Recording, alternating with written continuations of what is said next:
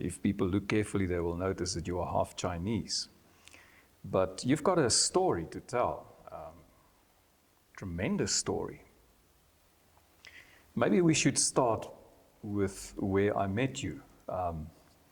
First of all, I was in the ministry and went through a very difficult time, also went through a divorce, resigned from the ministry, being a pastor, and then prompted by a psychologist, I ended up in the nightlife of Cape Town, became part of the clubbing scene.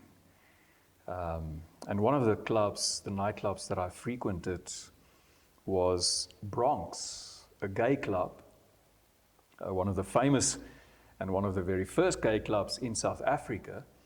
And of course, I'm not gay at all, but if you want to pick up a girl, then you go to a gay club. Please don't use this information. But that's where I met you for the first time. Now, maybe you can start by telling us what happened in that club. I was standing with one of the old patients that I used to work in the doctor's office, and I was talking to him. And then I just felt this tapping on my shoulder, and I looked around and I saw you. And the first words that you told me is that I'm going to get married to you. And then I said to you, I was making a joke, see that you're going to get married to me, let's go and get married. And then, as the night went along, we were dancing with my friends, and then you came and you brought me this cider, the Storm. Smirnoff Storm. Storm, yeah, and you gave it in my hand and you walked away, and I thought, this man is crazy. Something wrong with his head. And then, the minute I was finished with this Storm, you came again and you gave me another Storm in my hand. So every time I give you a drink and I go away? And you walked away, and then I thought, this man must really be trying to kill me, or is really psycho in his head, because I don't know. No man ever did this to me. And then it went on the whole night. When I'm finished with my drink, you come again and you give in my hand. And I thought, oh no, I must stay away from this man. And then finally, I don't know who got whose number. I think you asked me for my number, because I never carry a bag or a cell phone with me in the clubs. So now I gave you my number, and the following day, I just heard my phone beep, and the message was, would you like to have some lunch with me? And I said, no thank you, I'm tired, I just come from a party, I don't want to have lunch. And then the day went on, partying again, and the following day again, very persistent. Don't you want to have lunch with me? And I was telling myself, let me just get this man off my back. Then I said to you, okay, I'll meet you there in Long Street Cafe. In the meantime, I got myself ready, all dressed up for my first date with Johan Klopper. And I'm walking in the road, and I just hear click, clack, click, clack, click, clack, and I'm like, what's going on here? Looking around me, and then I lift up my heel, and my heels was off, and I was so embarrassed. I'm telling myself, I'm going to have to first date with this man, and I have no heels on my shoes. Then I had to come up with a plan, because this girl is always with a plan B in her head. She's finding a plan to get to meet this guy. And I said to myself, I'm going to walk on my toes. He won't hear the heels click, clack. And when I came to the door, Long Street Cafe, I just see this man sitting with his, I think it was a yellow striped shirt you had on with the white Fabiani pants. Just behind his computer, and I'm like, what did I miss here with this mooi man? And then from there onwards, we were just hitting it off. All right. So at that stage, you were actually not staying Now, Cape I Town. was staying in Hong Kong. I was actually engaged to other man, American. American. And yes, he sent me actually on a holiday, and I was so excited to come to Cape Town because I was sick and tired of the pollution in Hong Kong. So I was actually very excited to come to Cape Town. And How long were you dating this American? 4 years we were engaged actually to get married. We actually went over there. I still had to get my unabridged certificate here by the Home Affairs in Cape Town. And we were going to get married in Hong Kong. But then he sent me to Cape Town, and unfortunately he sent me into your arms. But he was a bit of a pervert, eh? Biggest pervert. He was not just a pervert. I think he was a swinger, a swinger. I think his parents were swingers, and then he just picked up from there because he used to go on dating sites and he pretended to be me on the dating sites, and he picked up the girls like that. In the meantime, before I went to Hong Kong, he already had a Chinese woman in the flat staying with him. And me, I just wanted to make the relationship work, and I just went along with everything until he sent me to Cape Town. Right. So, but wherever we go, people normally try to speak English with you because they think you must be English. But actually, you are fluently Afrikaans because you were not born overseas. You were born In Cape Flats. in Cape Town. And what happened? How did it happen that you ended up on the Cape Flats? What is the area? Heideveld. Heideveld. How did you end up in a rather impoverished home in Heideveld as a baby? When I was born, I was born actually in Lewis, Bishop Lewis, on a bed at home. And my mother, she was, at that time I heard she was a prostitute, and then she left me in District 6 with a pimp. And when the Groups Act came in when I was 3 years old, they removed all of the colored people from District 6, and they removed us and placed us in Heideveld. So you lived through, as a little baby, through that very sad history of South Africa. Yes. The Group Areas Act, okay. You ended up in Heideveld. In Heideveld, yes. Your mother, the rumor is that she was a prostitute. You never really knew her. No. But your father was definitely Chinese. Yes. But you've never met your I dad. never met him. You don't know who he is. No. You don't know where he is in the world. No. So you grew up. Tell us, in what kind of a home did you grow up? The pimp, they were also drug addicts and selling alcohol. They had a shebeen. And then when we moved to Heideveld, that all just, they didn't sell anymore, but they were using drugs. They were drug addicts. And at the age of 4 years old, he used to send me to buy the drugs. At that age, I knew already what was the original mandrax. They used to use that pulse mandrax. And at that time, it was District 6, it was apartheid. And the police officer would never pick up a 4-year-old child that goes to a shebeen or a drug lord and buy drugs. So I was the one that always used to buy the alcohol. I was always the one that used to go to the merchants, and they knew me because that time they don't trust anyone just to come to their homes and buy drugs, because they can be spies and buy drugs and then take it to the police. So they knew me as a child already, that I was the one who was buying the drugs by them.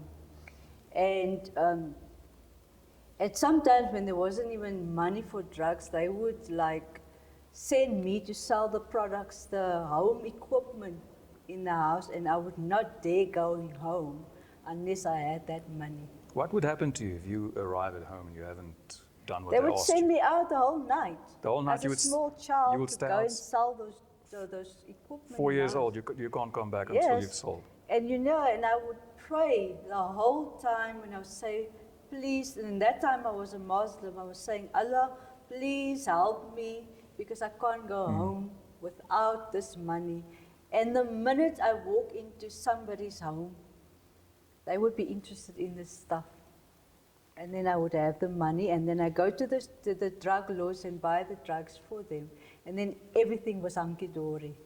But you told me sometimes they punished you in a very severe way. Yes. How did they, the people, you were the odd one out in their home. Yes. So how did they punish you, 4-year-old, 5-year-old child? You see, when I was 5 years old or 4 years old, that is before I went to school, I remember I was sleeping next to this old lady. She was like the maid in the house.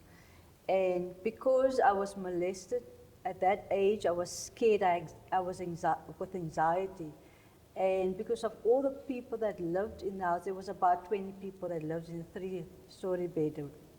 Three-bedroom house. Yeah, yes.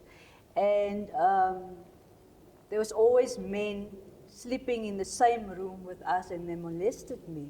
And I developed anxiety. I was scared to go to the bathroom. Then I started to wee in the bed. And then they would wake me up and then put me in the drain in the back where the sewage goes down. And they would put me in there, and I was holding onto the edges of the drain. Your tiny little fingers. Yes, they would put that heavy lid of the drain on top of my fingers, and they would start laughing. That's how they punished me. They would start laughing. If your fingers would have slipped, what would I would have been dead down that drain. Or they would wake me up and they would put the bath, cold water in the bath, and they would like drown me almost down in that water. Naked, they would strip me naked to punish me because I just weed in the bed at 4 or 5 years old. Did you have enough food? Did you have enough clothes? Things like toothbrush, toothpaste, the normal As I can things. remember, from the small age, till 17 years old, I never owned a toothbrush. Until 17, toothpaste, never owned your 17 own years. toothbrush? No underarm, no shampoo, nothing. I never owned any sanitary towels. I never owned any of these things. And going to school, clothes, did you have new clothes? Or? No, we would always get some from friends at school. They would always give me from their old school clothes. Hand-me-downs. Hand-me-downs, and I had one pair of school shoes. And I taught myself to, when it breaks, I would always stitch it up every time with my hand. That's how I learned to equip myself, by learning these things. And every time it breaks, the stitches comes loose and I go and stitch it again. So I guess that's why I love shoes, because I never had any. One pair of socks, every day because nobody washed these things in the home, I used to wash the things. I used to stay out of school and strap the stuff in the bathtub because there was no washing machine. And because I hate uncleanliness, I used to stay out of school and clean the house, cook for them, so that they would not come home and beat us up. So yeah, that's your childhood memories. Yes. But also, you grew up in the Muslim Islam faith. Yes. How did you grow up in that faith as a child? See, when you are about 4 years old, they send you to a Muslim school. Then you have to learn to read the Quran in the kitabis, and for me, I never had a choice that I wanted to be Muslim. It was put on me. I was actually born Judith Nodia, and they made me Jasmina Naidu. And so I used to go to a Muslim school, and then afterwards I used to go to a Muslim school after that. I belonged to a Muslim brigade. I used to belong to a Muslim women's group that prayed every Thursday. So they put us in all these things, but they never practiced the religion. It was always drugging every day of their lives. They go to work. They never bought us any tickets. They put us in the school from Heidelberg to Cape Town. It's about probably 50 kilometers. And then they never bought us any train tickets, and we had to steal the train. We had to just, we were like thieves actually. because we had to wait till the conductors would leave the trains and then we would jump on the train. And that's how we used to go to school with never having a train ticket. Sure. But you became very dedicated to the Muslim faith. Very dedicated, because I thought, I guess it's because I never had a father figure, a real father or mother figure. So when I learned about the Muslim religion, and I put myself totally into this religion because I thought maybe this Allah could help me. But the more I prayed, the more He kept silent. You prayed 5 times a day? Even more than 5 times a day. You were about, 16 when you one day thought, I'm not going to live this life, I'm going to get up and walk and leave. What happened? You see, I was lying on this bed and I was looking. The first thing that questioned my whole being was, I looked at one of the daughters. She was sleeping. She was sitting with her baby, and she's about 4 months younger than me at the time. And I looked at her and I got very scared for my own life, because she is with a baby younger than me, not married, and I questioned myself that moment, do you want to end up like her?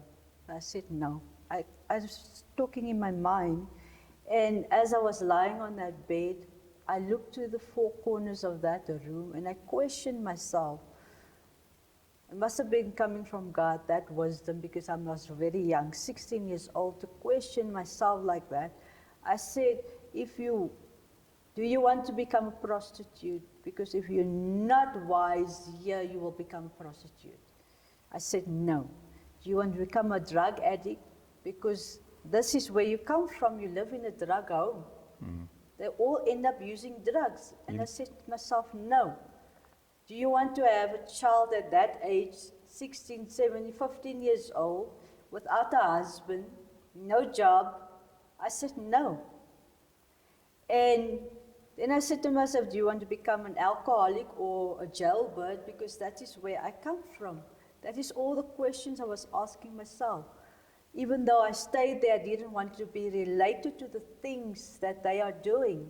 So I said no. And the moment when I said no to all the questions I asked myself, I took the small bag that I had of clothing and I planned in my head that tomorrow I'm leaving this house. I just said I'm going. So you took the little belongings that you had? Yes, it was just a small plastic bag of things that I had. And you left. Where did you end up? I went because at that time I had a friend, he died, and I went to his mother's place in Tafelsig, in Mitchells Plain area. And she welcomed me, she said I can come and live there.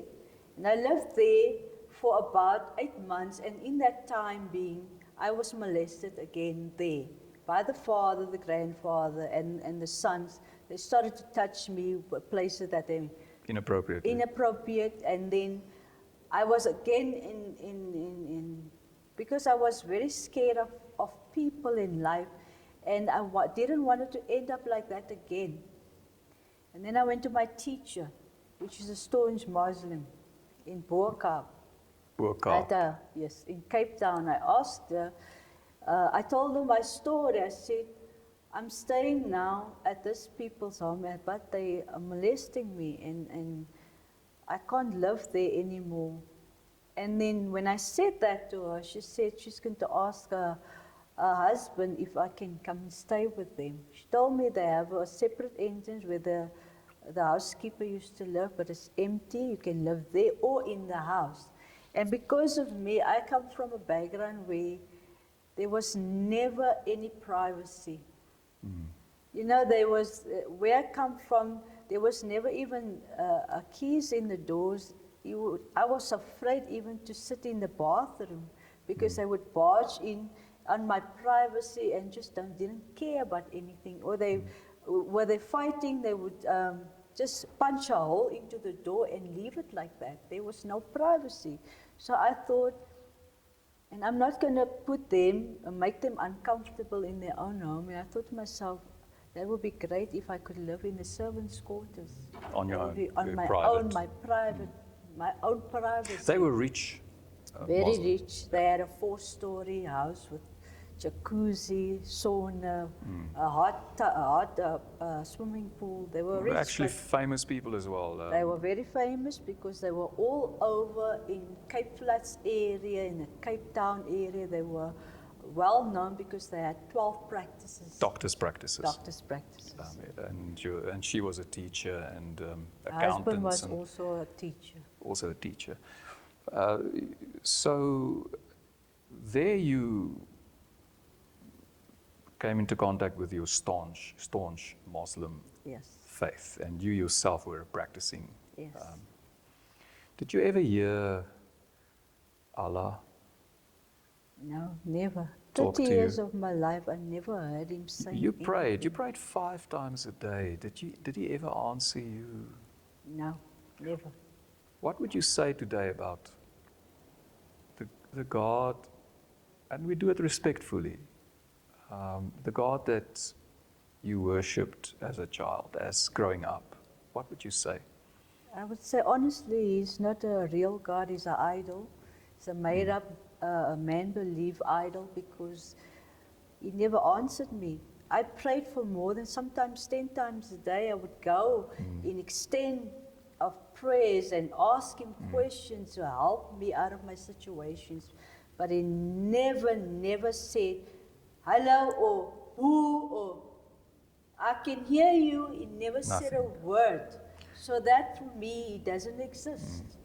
However, as a child, you were in the Christian national school system of the apartheid years, and there you were introduced to some Christian songs and so on. I was very surprised, knowing that you come from this background, and even when I met you, though you were not really practicing the faith at that stage, you were still very protective over the religion, the Islam, Muslim the religion. Muslim religion. You couldn't say anything about it.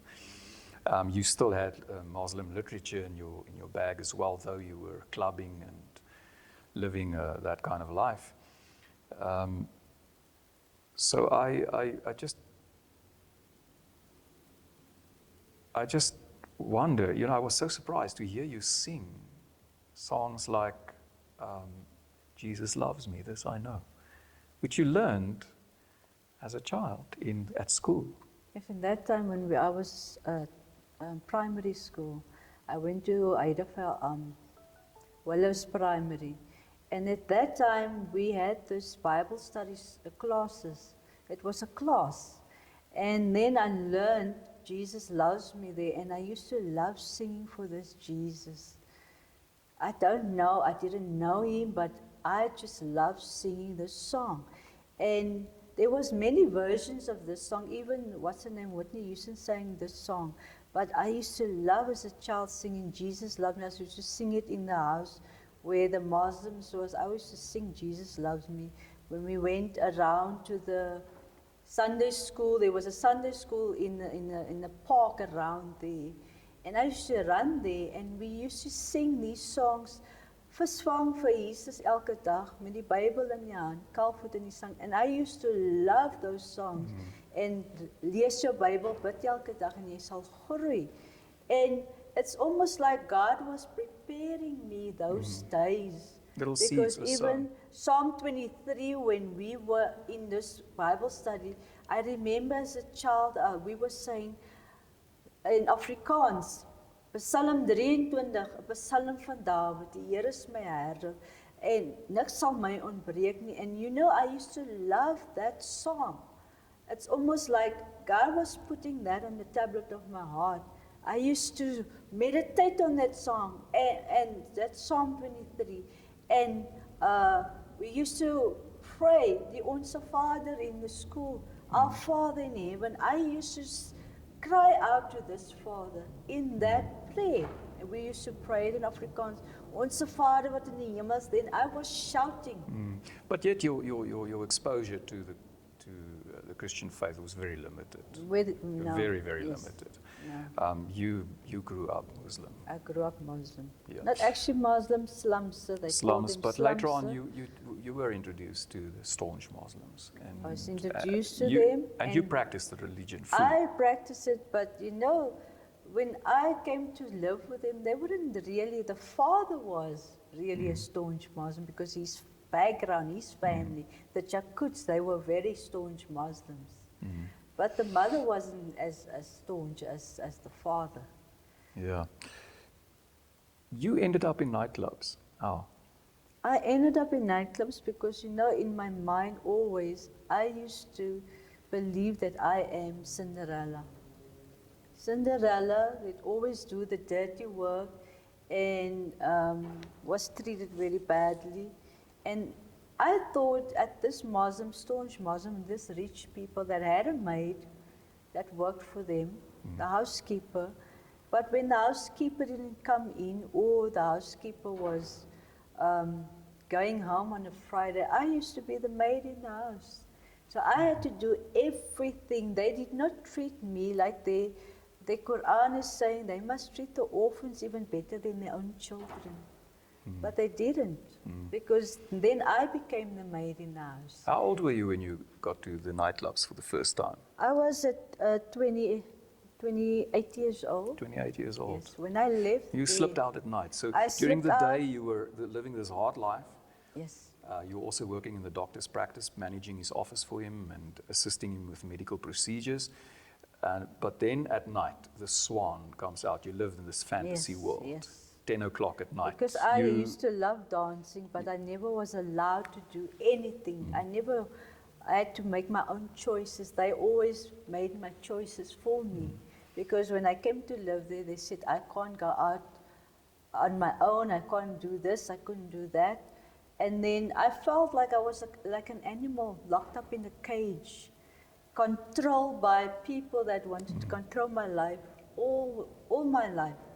And then this one guy, he came into the doctor's office and he said to me, come with me, I'll take you to this club.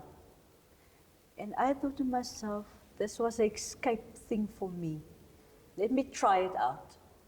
And then I started to go 9 o'clock, because I can go out that time. This must now be 12 o'clock. I'm Cinderella. I went 9 o'clock, but then I realized the club only starts at 12 o'clock.